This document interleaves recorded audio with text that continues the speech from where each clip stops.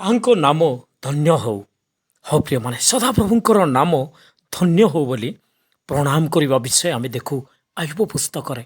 ଆୟୁବ ଯେତେବେଳେ ସର୍ପ ହରା ହେଲେ ପରୀକ୍ଷାରେ, ସେ ଯେତେବେଳେ ସମସ୍ତ ବିଷୟ ହରାଇ ବସିଲେ, ତାଙ୍କର ସମ୍ପତ୍ତି, ତାଙ୍କର ସ୍ୱାସ୍ଥ୍ୟ ଆଉ ତାଙ୍କର ପୁଅ ଝିଅ ସବୁ ବିଷୟକୁ ହରାଇଲେ, ହେଲେ ମଧ୍ୟ ସେ ପରିସ୍ଥିତିରେ ସେ ପ୍ରଭୁଙ୍କୁ ପ୍ରଣାମ କଲେ, ପ୍ରଭୁଙ୍କୁ ଆରାଧନା କଲେ, ଆଉ ପ୍ରଭୁଙ୍କର ନାମକୁ ସେ ଧନ୍ୟ ହଉ ବୋଲି କହିଲେ। ଆମେ ଯଦି ଆୟୁବ 1 ତାର 20 ଏବଂ 21 ପଦ ପଢ଼ିବା, ସେଠାରେ ଲେଖାଯାଏ, ସେତେବେଳେ ଆୟୁବ ଉଠି ଆପଣା ବସ୍ତ୍ର ଚିରିଲା, ସେ ଆପଣା ମସ୍ତକ ମୁଣ୍ଡନ କଲା ଓ ଭୂମିରେ ପଡ଼ି ପ୍ରଣାମ କଲା। ଆଉ ସେ କହିଲା, ମୁଁ ମାତାର ଗର୍ଭରୁ ଉଲଙ୍ଗ ହୋଇ ଆସିଅଛି ଓ ଉଲଙ୍ଗ ହୋଇ ସେଠାକୁ ଫେରିଯିବି। ସଦାପ୍ରଭୁ ଦେଲେ ଓ ସଦାପ୍ରଭୁ ନେଇ ଅଛନ୍ତି। ସଦାପ୍ରଭୁଙ୍କର ନାମ ଧନ୍ୟ ହଉ। ସଦାପ୍ରଭୁଙ୍କର ନାମ ଧନ୍ୟ ହଉ। ପ୍ରଭୁଙ୍କର ନାମକୁ ଉଚ୍ଚୀକୃତ କରୁଛନ୍ତି, ପ୍ରଭୁଙ୍କ ନାମକୁ ଗୌରବ ଦେଉଛନ୍ତି, ପ୍ରଭୁଙ୍କର ନାମକୁ ସେ ସ୍ମରଣ କରୁଅଛନ୍ତି। ତେଣୁକରି ପ୍ରଭୁଙ୍କର ନାମରେ କେତେ ଯେ ଗୌରବାନ୍ୱିତ ବିଷୟ ଆମେ ପ୍ରକାଶ କରିବାର ହେବ, କେତେ ଯେ ଆଶ୍ଚର୍ଯ୍ୟ ବିଷୟ, କାରଣ ତାଙ୍କ ନାମ ହିଁ ଆଶ୍ଚର୍ଯ୍ୟ ଅଟେ। ତେଣୁ ତାଙ୍କ ନାମକୁ ଆମେ ପ୍ରଶଂସା ଧନ୍ୟବାଦ କରିବାର ଅଛି। ଯିଶାୟ 9 ତାର 6 ଆମେ ଜାଣୁ, ତାହାଙ୍କର ନାମ ଆଶ୍ଚର୍ଯ୍ୟ, ମନ୍ତ୍ରୀ, ପରାକ୍ରାନ୍ତ ପରମେଶ୍ୱର, ଅନନ୍ତକାଳୀନ ପିତା ଆଉ ଶାନ୍ତି ରାଜା। ଏ ବିଷୟ ଆମେ ଦେଖୁ 9 ତାର 6 ଆମେ ଦେଖୁ।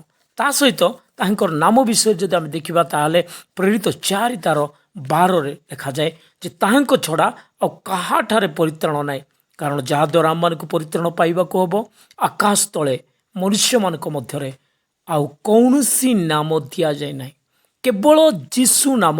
ଯୀଶୁ ନାମ ଅର୍ଥ ଉଦ୍ଧାରକର୍ତ୍ତା, ପରିତ୍ରାଣ ପ୍ରଦାନ କରି ତାই ସେଇ ନାମ, ସେ ନାମର ଅର୍ଥ ଆମମାନଙ୍କର ସହିତ ଈଶ୍ୱର ଇମ୍ମାନୁଏଲ ବୋଲି ଯାହା ଆମେ ଦେଖୁ ପ୍ରଭୁଙ୍କର ନାମ। ତା ସହିତ ପ୍ରଭୁଙ୍କର ନାମ ହିଁ ପରିତ୍ରାଣ ଦେଇଥାଏ ଗୋଟେ ପାପୀକୁ। ଆଉ ଏଇ ଆକାଶ ତଳେ ମନୁଷ୍ୟମାନଙ୍କ ମଧ୍ୟରେ ଆଉ କୌଣସି ନାମ ନାହିଁ।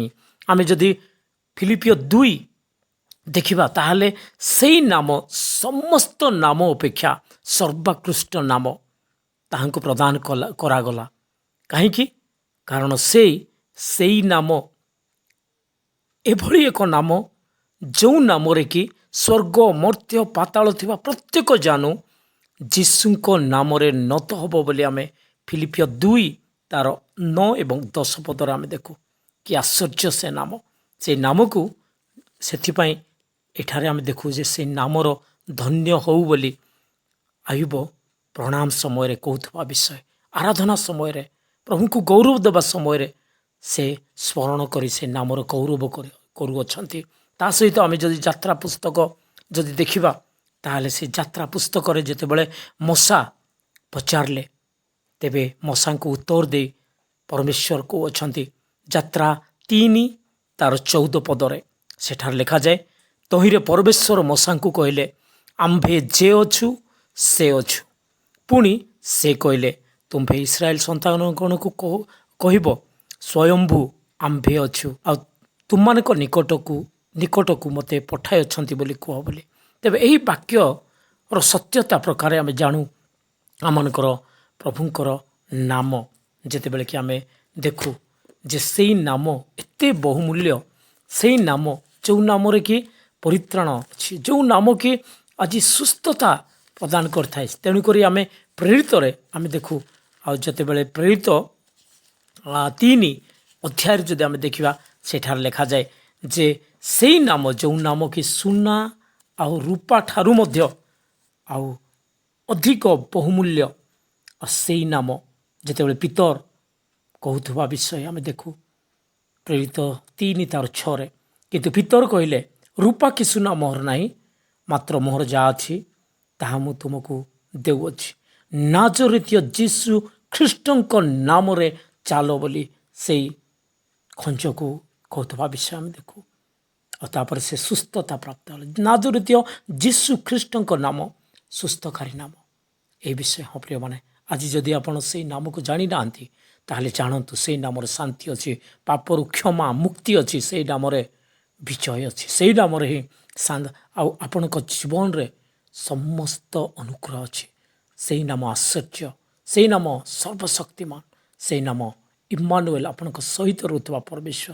ଆଉ ସେହି ନାମ ପୃଥିବୀର ସବୁ ନାମଠାରୁ ସର୍ବକୃଷ୍ଟ ନାମ। ଆଉ ସବୁ ସ୍ୱର୍ଗ ମର୍ତ୍ତ୍ୟ ପାତାଳ ଯେ ସେହି ନାମରେ ନତ ହେବ। ସେହି ନାମକୁ ବିଶ୍ୱାସ କରନ୍ତୁ ଆଉ ପରିତ୍ରାଣ ପାଆନ୍ତୁ। ପ୍ରଭୁ ଯୀଶୁ ଖ୍ରୀଷ୍ଟ ଆପଣଙ୍କୁ ପ୍ରେମ କରି ଆଜକୁ 2000 ବର୍ଷ ପୂର୍ବେ ସେ ଜୀବନ ଦେଇଦେଲେ। କାଲବରୀ କ୍ରୁଶ ଉପରେ ମୃତ୍ୟୁବରଣ କଲେ, ରକ୍ତ ଝରାଇଲେ। ଆପଣଙ୍କର ଆଉ ମୋର ପାପ, ପୃଥିବୀର ସମସ୍ତ ମାନବ ଜାତିର ପାପ କ୍ଷମା କରିବା ନିମନ୍ତେ। ରକ୍ତପାତ ବିନା ପାପ ମୋଚନ ହୁଏ ନାହିଁ। ତେଣୁ ରକ୍ତ ଝରାଇଲେ, ମୃତ୍ୟୁବରଣ କରି ସେ ଆମମାନଙ୍କୁ ନୂତନ ଜୀବନ, ଆମମାନଙ୍କୁ ଅନନ୍ତ ଜୀବନ ଦେଇଅଛନ୍ତି। ସେ ଜୀବନ ଦେଲେ କାଲବରୀ କ୍ରୁଶ ଉପରେ ଆମମାନଙ୍କୁ ଜୀବନ ଦେବା ପାଇଁ। ତେଣୁକରି ସେ ମୃତ୍ୟୁବରଣ କରି ତୃତୀୟ ଦିନ ଜି ଉଠିଲେ। ସେହି ପ୍ରଭୁଙ୍କୁ ବିଶ୍ୱାସ କରି ବିଶ୍ୱାସର ସହିତ ଆଗକୁ ବଢ଼ନ୍ତୁ। ସେହି ନାମରେ ଭରସା ରଖନ୍ତୁ। ସେହି ନାମ ଆପଣଙ୍କୁ ଆଗକୁ ସବୁ କ୍ଷେତ୍ରରେ ବୃଦ୍ଧି କରାଇବ। ସେହି ନାମର ପ୍ରଶଂସା ଧନ୍ୟବାଦ କରନ୍ତୁ। ସେହି ନାମକୁ ଗୌରବ ଦିଅନ୍ତୁ। ଯେଭଳି ଆୟୁବ ତାର ପରୀକ୍ଷା ସମୟରେ, ଦୁର୍ଦ୍ଦଶା ସମୟରେ ସେହି ନାମର ଗୌରବ କଲେ, ସେହି ନାମକୁ ସେ ଉଚ୍ଚୀକୃତ କଲେ। ପ୍ରଭୁ ଆମ ସମସ୍ତଙ୍କୁ ଏହି ବାକ୍ୟ ଦ୍ୱାରା ଆଶୀର୍ବାଦ କରନ୍ତୁ। ଧନ୍ୟବାଦ।